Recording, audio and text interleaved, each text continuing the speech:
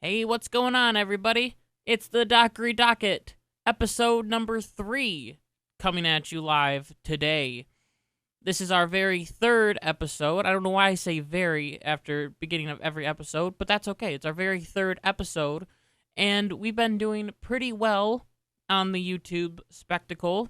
We have 15 subscribers with 201 views, which is absolutely incredible, and I wasn't expecting that at all, but I want to thank you all for your support, and also your love and your criticism as well.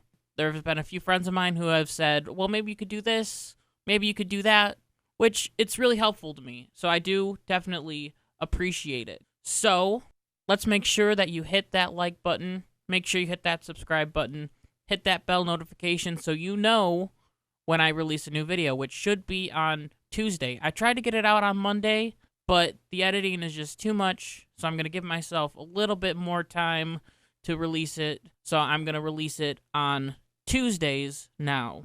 Not sure what time, but just make sure if you have that bell notification on, you will know 100% when a new episode of the Dockery Docket is released.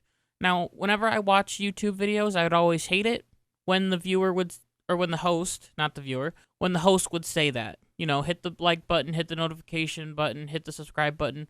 But here I am. So I become what I hate.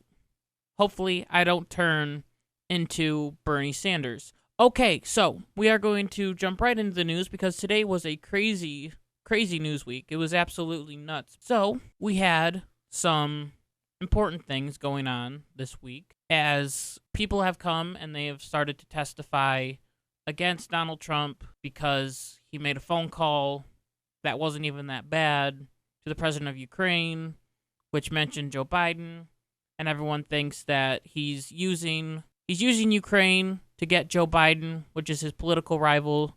It's all madness. It's all crazy. This very first article that we're going to go over, it says Adam Schiff lies yet again, claiming to not know who the whistleblower is. So there's this big hype about this whistleblower.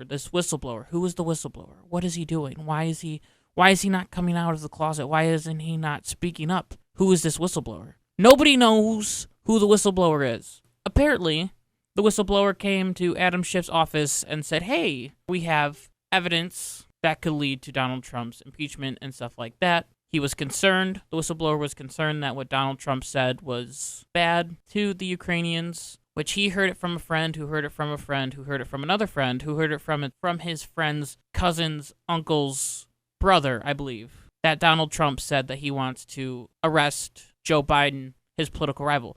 So anyway, this whole thing started when Jim Jordan started saying, do you anticipate when we might vote on the ability to have the whistleblower in front of us? Something new of the 435 members of Congress. You are the only member who knows who this individual is, and your staff is the only staff of any member of Congress who has had the chance to talk with the individual.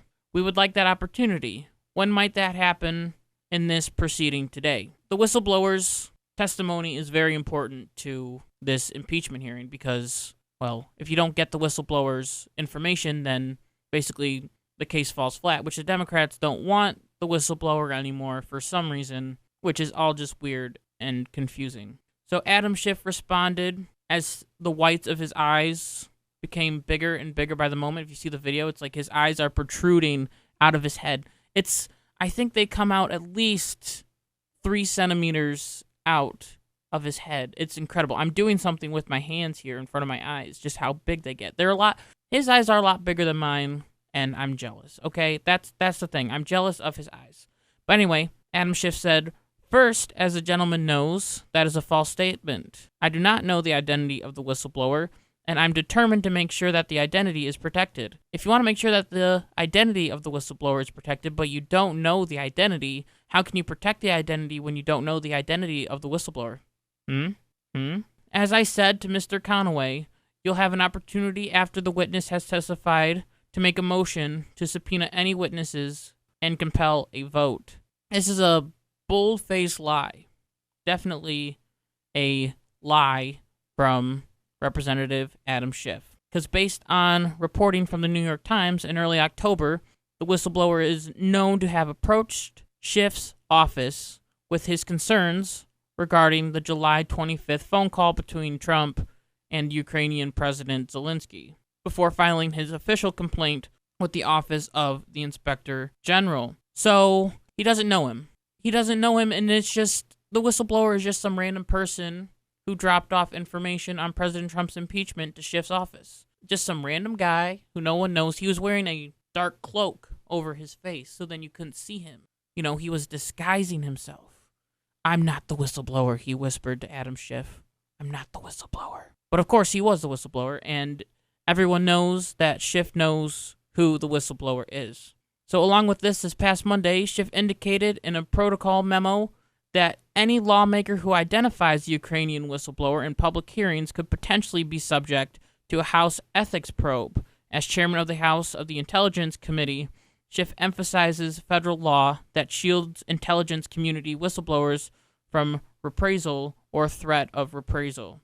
So, I have a question. This is a very, very important question for Adam Schiff. If you don't know who the whistleblower is, how can you call someone out for mentioning the whistleblower's name?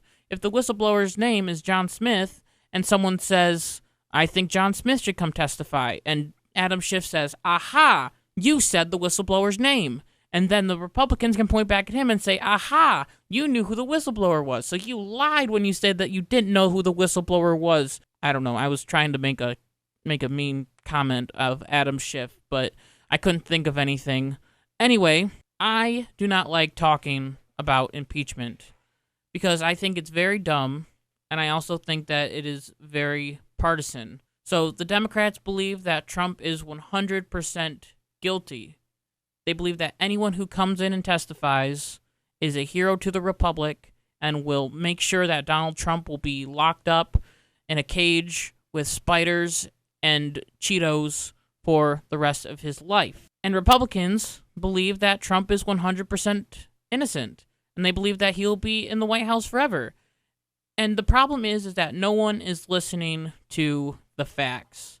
If the facts say that Trump is innocent, then Democrats should change their opinion and vote no on the impeachment. It just makes sense. It just makes sense. If there's no evidence of a crime, then Donald Trump should be able to continue on with his tenure as president. And if he should win re-election, he should continue to do that. And this may sound crazy coming from a conservative like myself, but if evidence comes out against Donald Trump, then justice must be served, and the Senate will have to choose if Donald Trump should be impeached. And if there is critical evidence that says Donald Trump definitely used his power to try and get a political opponent arrested, then I think he should be impeached. But I haven't seen that evidence yet, and I don't think it will come out any time soon. So this whole impeachment stuff has been going on for 3 years, and everyone who they bring up is gold. They think that they're going to have something deep and dark that Trump did, that Trump said, but the evidence is just thrown out the window. I remember when Robert Mueller came, and everyone had shrines of Robert Mueller, and they said that he was going to be personally putting the handcuffs on Donald Trump and leading him out of the White House. And the whole Robert Mueller thing had nothing. It was a nothing burger. The document said that Donald Trump did not commit a crime, that Donald Trump did do some activity, but it wasn't illegal activity. So, they moved from Russia, then they moved to Ukraine. Where are they going to move to next? Bolivia? Where are they going to move to next? Also, this thing is so partisan, everyone knows what's going to happen in this impeachment. Everyone knows. I know, you know, your dog knows, your mom knows, your dad knows, everyone knows. If you don't know, it's because you haven't been listening to this program. So now you will know. Fantastic. This whole impeachment thing is very partisan. So what will more than likely happen is Trump will more than likely be impeached by the House because of the majority is Democratic. And then it will go to the Senate, where the Senate Republicans will vote no on impeachment, which they have the majority of the House. And you need like a 2/3 majority to get impeachment passed. Donald Trump will stay in office, which will lead to Democrats like Bernie Sanders, Elizabeth Warren, and Pete Buttigieg, Cory Booker, all these crazies, which a new one just came in, but I don't really know his name or what he believes in or whatever. They will be saying, a president who has been impeached should not be able to run for president. And there'll be loud cheers, and there'll be fantastic stuff, blah, blah, blah. But this is all just a partisan show. Every part of this whole impeachment thing is just a big old scam. It's a big old Democratic Party juggernaut, dumb, televised theatrical event. So no matter who the Democrats bring in, they will have nothing on Trump, but the media will spin it and say that everything that Trump has done is terrible and that it's all over. And this is why I just spent minutes talking about a thing that I absolutely hate. So, here's the final point, I promise, for this impeachment hearing thing. Who even watches this? Who even watches these hearings? Have any of you gotten up at 9 o'clock in the morning and said, ooh, I want to watch old people talk to other old people? No, you're not working at a nursing home. You're watching a congressional impeachment probe. And it's just ridiculous. No one watches this stuff, and all you get are the little snippets from CNN or Fox News, and then you say, haha, this person said this, and then they spin it, and it's all just absolutely terrible. Okay, so now we're going to move on to something a little bit more happy to calm my nerves down just a little bit, because I just don't like talking about impeachment. I was regretting doing this show because I didn't want to talk about impeachment, so we're not going to talk about impeachment. Is that okay? Am I obligated as a political radio podcast host to talk about the impeachment, or can I talk about some funny stuff? Put your comments down below. All right. So, this article says that a cafe hypes politically correct gender-neutral gingerbread cookies. Now, this has nothing to do with the gender of the gingerbread man. I read this, and I absolutely cracked up. The Tannery Cafe in New Zealand has taken the sex out of gingerbread men, instead offering customers with a new titled Gingerbread Gender-Neutral Person. Try saying that 10 times fast. Gingerbread Gender-Neutral Person. Cookies for this holiday season. The owner of the store says that he decided to make the switch in October as a joke, but it was yielded a positive response. It was completely tongue and cheek at the start, he said, but it's becoming a really good conversation piece in the cafe. Other recent gender-neutral developments have included the renaming of manholes, which I think it was named to person holes. I'm just kidding. It was like earth holes or something. Anyway, that was in Berkeley, California.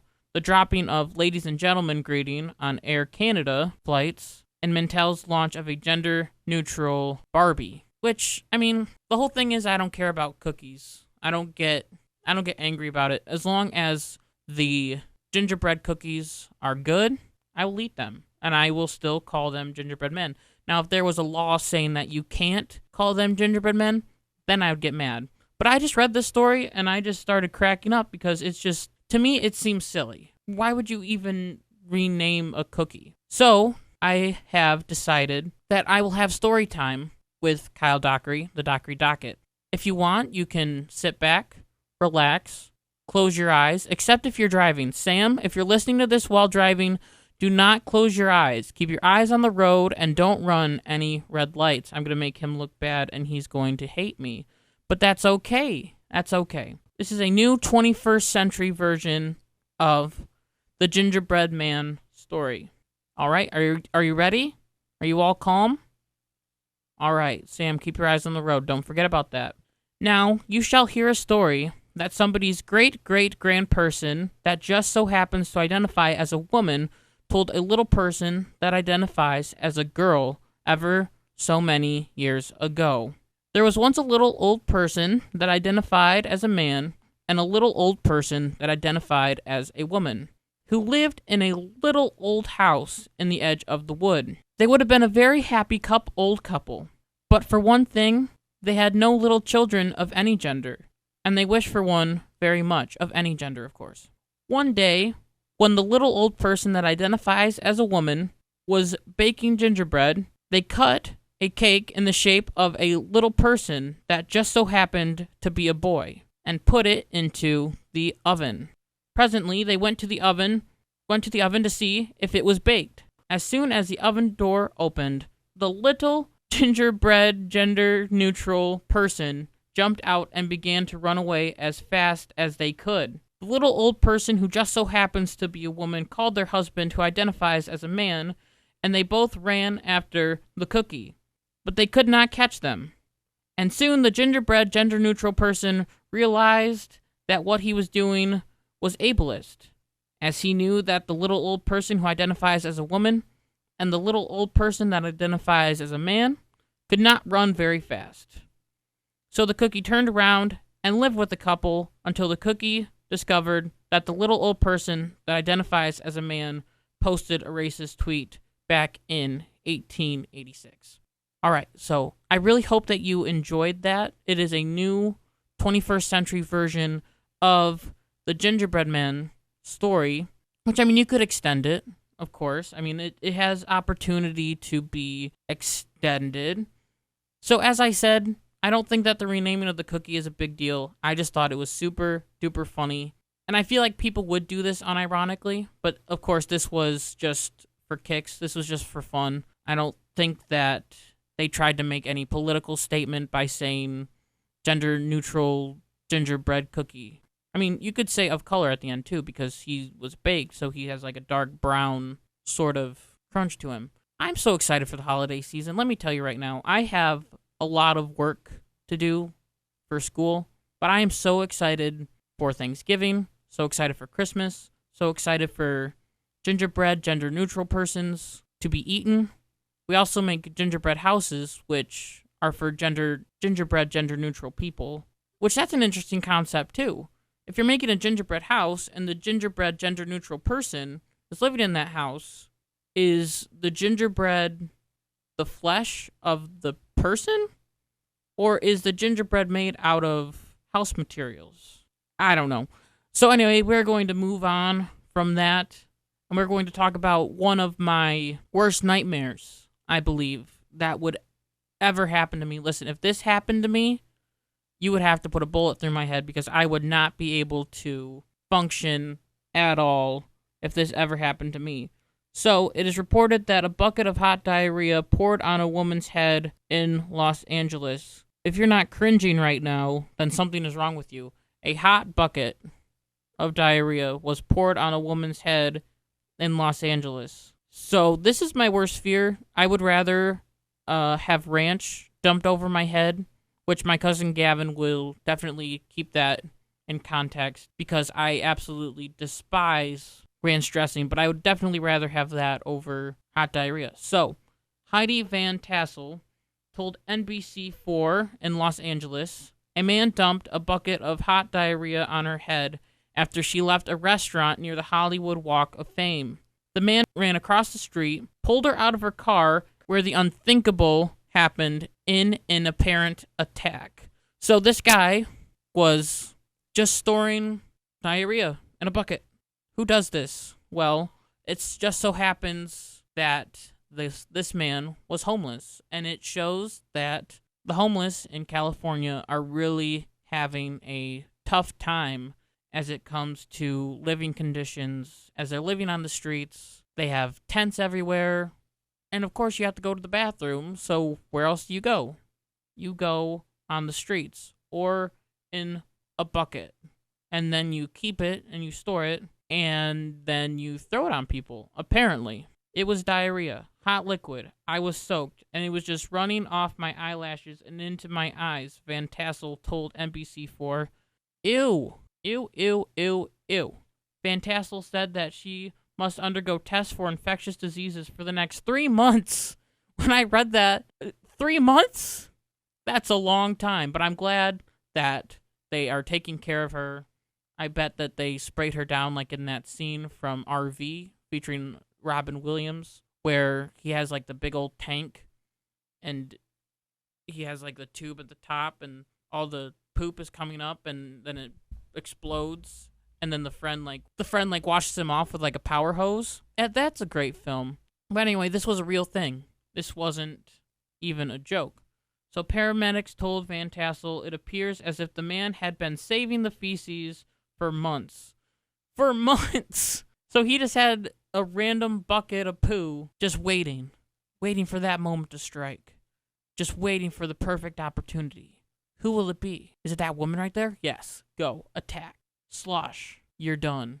I also read that the woman tried to make sure that it didn't go into her mouth. So, you always want to make sure a good supply of poo in a bucket available just in case, a woman walks by and you want to make sure that you appeal to her. This is the most appealing thing that you can do. So if you aren't cringed out by the story, then something is very wrong with you. This also goes to show that California is having a huge homeless problem, which the mayor or governor has made it legal to pee on the streets, to poop on the streets. Prostitution has been legalized, I believe, to a point. And they won't even spray the sidewalk because we talked about on Danland.